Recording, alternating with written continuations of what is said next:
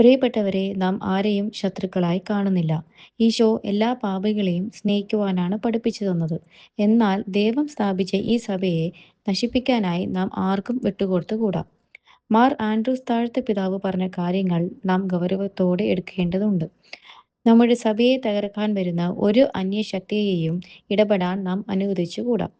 അങ്ങനെയിരിക്കെയാണ് മെത്രോപൊലിത്തൻ വികാരി മാർ ജോസഫ് പാമ്പുളാനി തീവ്രവാദ ബന്ധമുള്ള ആളെ തന്നെ പാസ്റ്റർ കൗൺസിൽ സെക്രട്ടറിയായി നിയമിച്ച് അദ്ദേഹത്തിന് പ്രസ്തുത പോസ്റ്റും നൽകി നാമാവിശേഷം ചെയ്ത് എറണാകുളം അങ്കമാലി സഭാവിശ്വാസികളെ ചതിച്ചത്.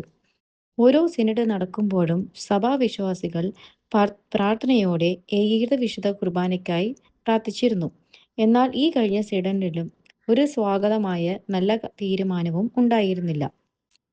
പ്രത്യുത വിശ്വാസത്തോടും പ്രാർത്ഥനയോടും ബസിലിക്കയിൽ ഉണ്ടായിരുന്ന സഭാവിശ്വാസികളെ സഭാവിരുദ്ധരെന്നും സമാധാനം നശിപ്പിക്കുന്നവരെന്നും പറഞ്ഞ് വിശ്വാസികൾക്കെതിരായി മാർ ജോസഫ് പാമ്പ്ലാനി ഹൈക്കോർട്ടിൽ കേസ് കൊടുക്കുകയാണ് ചെയ്തത്.